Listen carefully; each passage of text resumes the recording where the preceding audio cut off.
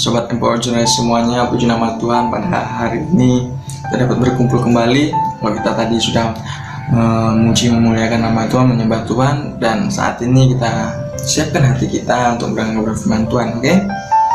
Nah, puji nama Tuhan. Pertama-tama saya mengucapkan terima kasih kepada pengurus Empower Generation atau admin Empower Generation yang sudah memberi kesempatan saya untuk menyampaikan khotbah, menyampaikan sharing singkat malam hari ini untuk kita semua, oke?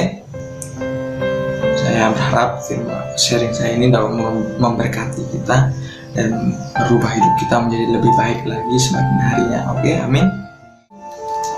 Pada saat malam hari ini saya diberikan sebuah tema yang sungguh sangat bagus sekali, sungguh sangat dapat membuat kita dapat mengerti bagaimana apakah kita benar-benar ini pengikut Kristus apa bukan, oke?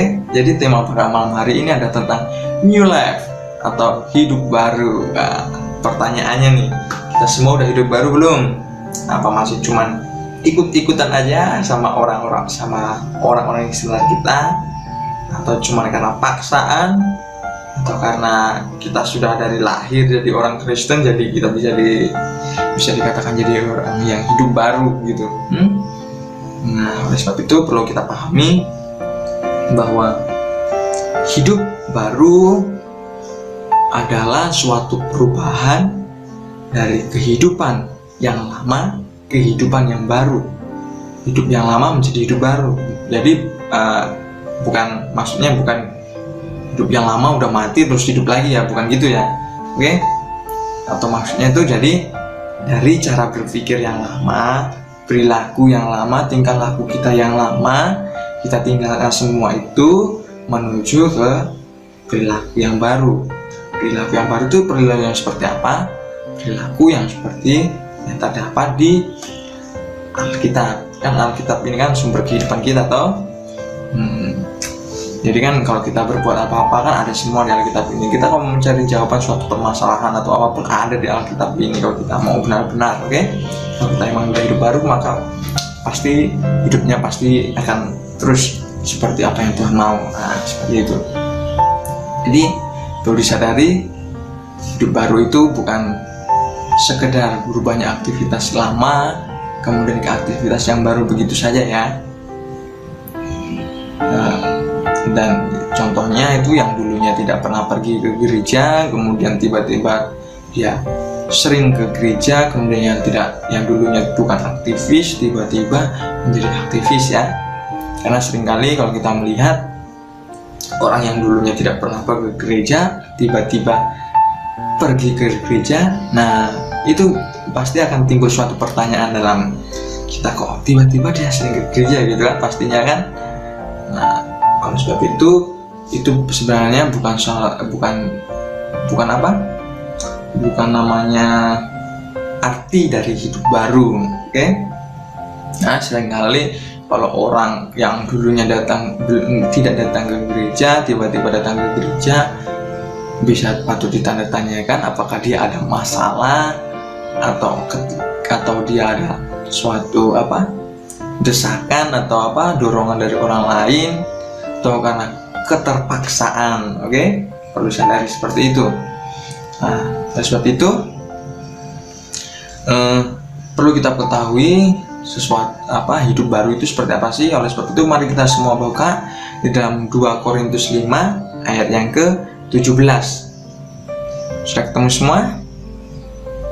Oke, saya tunggu dulu ya. Oke, amin. Udah ketemu semua? 2 Korintus 5 ayat ke-17. Oke, mari kita baca bersama-sama ya. Tapi nggak usah dihidupin mic-nya, di mute aja ya. Dimatikan aja mic-nya, nggak usah dihidupin karena nanti bisa terganggu gitu kan, bisa mengganggu satu dengan lain. Tapi biarlah kita membaca dari hati kita atau mengeluarkan suara kita mengeluarkan suara kita, oke? Oke, dalam 2 Korintus 5 ayat yang ke-17. 1, 2, 3. Jadi, siapa yang ada di dalam Kristus, ia adalah ciptaan baru. Yang lama sudah berlalu, sesungguhnya yang baru sudah datang. Amin. Nah, Seperti saya sampaikan dalam ayat ini, Paulus menegaskan bahwa seseorang yang lahir baru adalah seseorang yang ada di dalam Kristus. Nah, orang yang di dalam Kristus itu seperti apa sih? Jadi, orang yang di dalam Kristus seperti apa sih? Jadi bukan yang seperti tadi ya, seperti yang tiba-tiba yang dulunya tidak pernah datang ke gereja, tiba-tiba dia ikut sering datang ke gereja. Jadi bukan hanya seperti itu ya. Nah, oleh sebab itu, perkara hidup baru adalah suatu hal yang harus dimengerti oleh setiap kita, sehingga hidup kita dapat bertumbuh dan berbuah. Kenapa? Kalau kita melihat dari contoh yang tadi, maka kalau kita melihat contoh yang tadi, hidup kita bukannya bertumbuh. Kalau kita melihat tadi ya, yang dulunya seseorang yang dulunya jarang, tidak pernah ke gereja, tiba-tiba sering datang ke gereja. Kalau kita melihat itu sebagai suatu hidup baru, kita nggak akan bertumbuh, karena ya cuman seperti itu tuh aja. Artinya kita mau mengikuti dia dong, cuman setiap minggu datang ke gereja, sering datang ke gereja doang gitu kan, tapi hidupnya tidak berbuah, tidak mencerminkan Kristus. Nah, terus sebab itu hidup baru haruslah dipandang dari sudut firman Tuhan dan bukan dari sudut pandang manusia dengan melihat perubahan aktivitas saja, tetapi lebih daripada itu. Nah, seringkali kita sebagai orang Kristen sudah mengaku hidup baru, sudah lahir baru, namun kenyataannya kita masih seperti orang-orang lainnya yang tidak mengenal akan Kristus, yang bukan orang-orang Kristen, yang bukan orang seperti Kristus. Karena apa? Seringkali pola pikir kita masih sama seperti mereka, masih duniawi bisa dikatakan ya. Meskipun sebenarnya nggak salah sih pola pikir kita seperti orang duniawi, seperti ya, bukan harus duniawi gitu ya. Seperti ada suatu hal yang memang kita harus pikirkan secara duniawi dan juga harus kita pikirkan sesuai dengan apa yang firman Tuhan katakan, oke? Tetapi hal-hal yang duniawi, hal-hal yang menyenangkan hati Tuhan, bukan yang membuat Tuhan sedih, yang melanggar kebenaran firman Tuhan. Oke? Nah, sebagai contoh, kita lihat ya pola pikir orang Kristen, orang-orang yang bukan orang Kristen seringkali melakukan apa saja yang membuatnya berhasil dengan cara apapun akan dia lakukan, benar nggak? Nah, itu sebenarnya cara yang salah. Seringkali kan kalau kita melihat sebuah bisnis ya, namanya bisnis, ketika bisnisnya mau berkembang, mau maju, seringkali kalau orang duniawi, orang yang belum mengenal akan Kristus, mereka malah pergi ke dukun untuk mencari pesugihan, benar nggak? Sehingga kita melihat seperti itu kan. Siapa yang di sini pernah dengar kayak gitu seperti itu, atau bahkan melihat atau bahkan melakukannya? Nah, pasti nggak ada kan? Amin, semoga nggak ada ya. Nah, seringkali kalau orang duniawi masih seperti itu kan, masih percaya dengan hal-hal yang mitos atau mistik, bersangkutan dengan kuasa-kuasa jahat, oke? Oleh sebab itu, ketika kita sudah mengatakan lahir baru, tetapi kenyataan perkataan mulut kita masih belum menjadi berkat, itu juga sebagai salah satu contoh yang belum lahir baru tuh. Meskipun kita sudah mengatakan kita lahir baru, tetapi kalau perkataan mulut kita tidak menjadi berkat untuk orang-orang, tapi malah menjadi batu sandungan, itu sama aja bohong dong, bukan hidup baru. Kan orang yang hidup baru itu kan harus berbuah, harus menjadi berkat, artinya kan untuk orang-orang di sekitar kita. Nah, oleh sebab itu,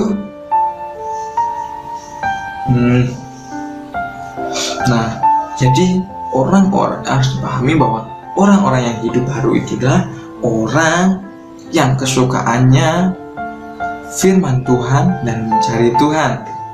Oke, dipahami ya, orang yang hidup baru itu ciri-cirinya sebagai contohnya, dia itu orangnya yang suka firman Tuhan, artinya sering membaca firman Tuhan dan sering mencari Tuhan. Mencari Tuhan itu seperti apa sih? Contoh saat teduh. Sebagai contoh saat teduh kan, saat teduh itu artinya kita mendekatkan diri kita kepada Tuhan. Oke, perhatikan itu ya. Kemudian memuji Tuhan, mencari Tuhan itu saat teduh, kita bersekutu dengan Tuhan terus memuji Tuhan. Oke. Nah, kemudian juga perlu kita pahami bahwa ketika hidup kita baru artinya kita mau menjadi apa yang Tuhan mau.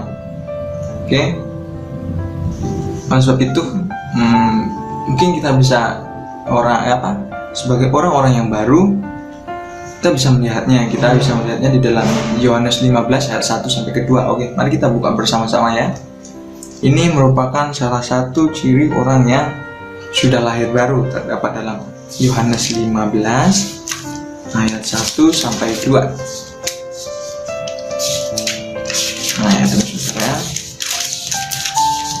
Yohanes 15 ayat yang ke-1 sampai 2. Ini berbicara tentang pokok anggur yang benar. Oke? Mari saya akan bacakan begini firman Tuhan. Akulah pokok anggur yang benar dan Bapakkulah pengusahanya. Setiap ranting padaku yang tidak berbuah dipotongnya, dan setiap ranting yang berbuah dibersihkannya, supaya ia lebih banyak berbuah. Dari ayat ini kita dapat belajar bahwa setiap orang yang sudah lahir baru harus melekat pada pokoknya. Siapa pokoknya? Yaitu Kristus. Dan juga hidupnya harus berpadan dengan Kristus agar dapat bertumbuh dan berbuah. Karena apa?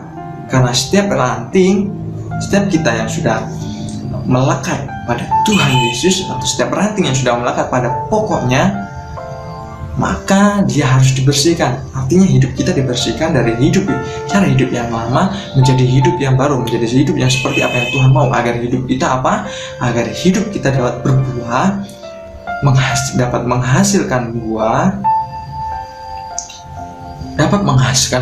banyak, menghasilkan buah banyak untuk orang-orang yang belum mengenal Tuhan, menjadi berkat. Artinya kan, menghasilkan buah itu artinya bisa juga dikatakan menjadi berkat untuk orang-orang yang belum mengenal Allah. Oleh sebab itu ketika kita sebagai orang Kristen mengaku bahwa sudah lekat dengan Kristus, artinya hidup kita harus menyangkal diri, menaklukkan segala keinginan daging kepada keinginan roh. Hidup baru juga berarti hidup yang lama sudah mati, pola pikir yang lama yang merupakan warisan dari leluhur sudah mati, dan digantikan dengan hidup baru seperti halnya seorang yang baru lahir, atau seorang kelahiran baru itu seperti seorang bayi yang baru lahir. Artinya pola hidup mereka kalau anak bayi itu kan, dia belum mengerti apa-apa kan. Begitupun kita, ketika kita sudah lahir baru, artinya hidup kita harus seperti itu, tidak mengerti apa-apa. Bukan semua hal itu sudah dilupakan ya, bukan ya. Jadi artinya kita harus mengerti mana yang baik dan mana yang buruk, mana yang tidak baik. Oleh sebab itu, ketika kita sudah menjadi ciptaan baru, maka ada hal yang harus kita perhatikan. Yang pertama yaitu, janganlah menyerahkan tubuhmu bagi dosa. Mari kita buka bersama-sama dulu ya. Terdapat dalam Roma 6 ayat yang ke-12 sampai 13. Roma 6 ayat 12 sampai ke-13. Oke. Saya akan bacakan begini bunyi firman Tuhan. Sebab itu hendaklah dosa jangan berkuasa lagi di dalam hidupmu yang fana, supaya kamu jangan lagi menurut keinginannya. Dan janganlah kamu menyerahkan anggota-anggota tubuhmu kepada dosa untuk dipakai sebagai senjata kelaliman, tetapi serahkanlah dirimu kepada Allah sebagai orang-orang yang dahulu mati, tetapi yang sekarang hidup. Dan serahkanlah anggota-anggota tubuhmu kepada Allah untuk menjadi senjata-senjata kebenaran. dalam hidup baru artinya kita ketika kita sudah menjadi ciptaan baru, perlu kita perhatikan bahwa janganlah kita menyerahkan diri kita lagi kepada dosa. Karena seringkali orang yang hidup baru itu orang yang dulunya tidak seperti apa yang Tuhan mau. Seringkali orang hidup baru itu juga hidupnya akan sering sekali dihadapkan pada permasalahan tentang dosa. Banyak sekali dosa yang dapat terjadi dalam hidup kita. Sebagai contoh, mungkin kalau kita seperti tadi yang saya sampaikan, kalau kita membuka usaha, kemudian usaha itu tidak berjalan dengan baik, kemudian kita datang malam, kita bukan mau menyerahkan itu kepada Tuhan, tetapi malah kita pergi ke dukun. Nah, itu sebuah salah satu juga yang membuat kita jatuh dalam dosa. Kita bukannya menyerahkan itu semua pada Tuhan, malah kita menyerahkan itu semua pada dukun atau hal-hal yang kosong jahat. Karena orang dukun itu kan kekuatannya bisa dikatakan dari orang kuasa jahat, kuasa gelap. Oke? Begitu juga diri kita. Ketika kita hidup baru, tadi sebuah contoh waktu pekerjaan yang untuk diri kita, seumpama dahulu kita dulunya seorang preman atau seorang pemabuk atau orang pencuci atau orang yang lainnya lah, orang yang pokoknya yang berdosa lah, kita tahu sendiri, atau seorang pelacur atau apapun ya. Ketika kita hidup baru, kita harus meninggalkan semua itu. Ketika kita sudah benar-benar mengikut Kristus, kita harus meninggalkan hidup kita yang lama itu, agar kita menjadi sama seperti Kristus, agar hidup kita menjadi berkat satu dan yang lain, bukan malah menjadi satu batu sandungan untuk orang-orang yang belum mengenal, untuk orang-orang yang belum mengenal Tuhan dan untuk orang-orang yang sudah mengenal Tuhan. Karena seringkali orang yang imannya belum bertumbuh atau dalam posisi masih bertumbuh, orang yang melihat seperti ini, orang-orang yang melihat menjadi teladannya, semua menjadi teladan, seorang yang menjadi teladan untuk orang yang baru bertumbuh ini. Ketika orang yang menjadi teladan itu melakukan hal yang dosa dan dia jatuh, maka orang yang bawahnya, orang yang mengikutinya dia ini akan merasa, ternyata sama saja dong, berarti orang Kristen, orang yang takut akan Kristus, akan Tuhan, dengan orang yang lainnya.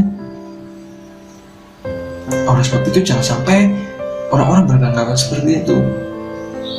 Biarlah hidup kita menjadi berkat. Oleh sebab itu janganlah serahkan tubuhmu kepada dosa, tapi tubuhmu serahkan kepada Yesus untuk disucikan, untuk diperbaharui, untuk disempurnakan selalu. Jadi berkat untuk orang-orang lain. Menjadi berkat itu bukan hanya bukan hanya melalui materi, tetapi melalui perkataan, perbuatan, tingkah laku, dan tindakan kita itu juga menjadi berkat, menjadi buah buat orang-orang yang belum mengenal akan Tuhan. Kemudian poin yang kedua adalah tetaplah di dalam Kristus, di dalam Tuhan. Di dalam Kolose 2 ayat 6 katakan bahwa kamu telah menerima Kristus Yesus Tuhan kita, karena itu hendaklah hidupmu tetap di dalam Dia. Karena hidup kita sudah baru, artinya hidup kita mau benar-benar sesuai apa yang Tuhan mau. Artinya hidup baru itu menerima Kristus Yesus sepenuhnya di dalam hidup kita. Oleh sebab itu tetaplah hidupmu di dalam Dia, dikatakan dalam Kolose tadi, Kolose 2 ayat 6. Artinya jangan serahkan dirimu kepada hal yang lainnya. Serahkan dirimu, kunci utamanya serahkan dirimu kepada Tuhan. Sebab Dia yang Maha Tahu, Dia yang menyucikan hatimu, Dia yang juru selamat kita, bukan orang lain lagi, bukan siapapun, hanya Tuhan Yesus yang menjadi juru selamat kita. Oleh sebab itu ketika kita melekat pada Tuhan, artinya supaya kita semakin bertumbuh di dalamnya sampai kita mencapai kedewasaan penuh dalam kerohanian kita di dalam Tuhan. dan kita menjadi serupa dengan Kristus. Oleh sebab itu, ketika kita menyatakan diri kita bahwa kita sudah benar-benar hidup baru, yang pertama yang harus kita lakukan adalah jangan menyerahkan hidup kita pada dosa, jangan menyerahkan hidup kita pada dosa lagi, dan yang kedua adalah tetaplah di dalam Kristus. Amin semuanya. Puji nama Tuhan. Untuk sharing kita pada malam hari ini, mari kita bersatu dalam doa. Bapa di dalam surga, kami mengucap syukur untuk berkat-Mu, untuk kasih dalam hidup kami Tuhan. Kalau kami sudah mendengarkan firman-Mu, biarlah firman-Mu ini menjadi teladan bagi hidup kami, menjadi terang di hidup kami Tuhan, mengubahkan hidup kami menjadi pribadi yang lebih baik lagi Tuhan, menjadi pribadi yang seperti apa yang Engkau mau ingini Tuhan. Oleh sebab itu Tuhan, biarlah hidup kami menjadi suatu hidup yang baru di dalam-Mu, yang mau melakukan apa yang Engkau mau dalam hidup kami, di mana kami mau mencari terus Engkau Tuhan, merenungkan, membaca, memberitakan firman-Mu Tuhan. Dan biarlah hidup kami menjadi berkat untuk orang-orang di sekitar kami, untuk orang-orang yang belum mengenal Engkau, untuk orang-orang yang belum percaya akan Engkau Tuhan. Oleh sebab itu Tuhan, pakai hidup kami, urapi kami Tuhan. Terima kasih Bapa, yang menyerahkan semua tangan-Mu, biarlah firman menjadi berkat dalam hidup kami. Kami akan Tuhan, kegiatan kami selanjutnya ke dalam tangan-Mu. Di dalam nama Tuhan Yesus Kristus kami sudah beranjak syukur.